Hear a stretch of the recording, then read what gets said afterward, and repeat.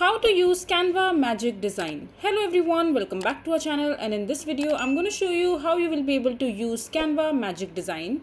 So first of all, just simply open the Canva in your web browser, and after that just simply select the project in which you are working on. So for example, I'm working on this particular project and I want to use the magic tool right now. So just simply click on the bottom left hand side corner of the screen, and over here you will be able to see the magic design tool right here.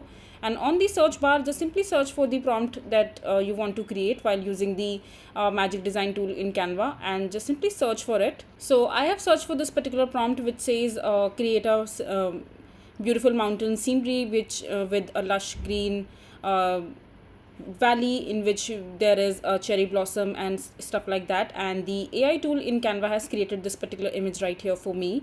So likewise, you can also use the magic tool right here and just simply enter the prompt you want to work on, and magic tool will start creating the image that you will put the prompt for.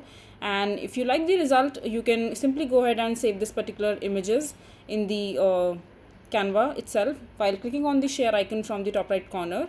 And yeah, this is basically how you will be able to use magic design on Canva. I hope you find this video to be helpful.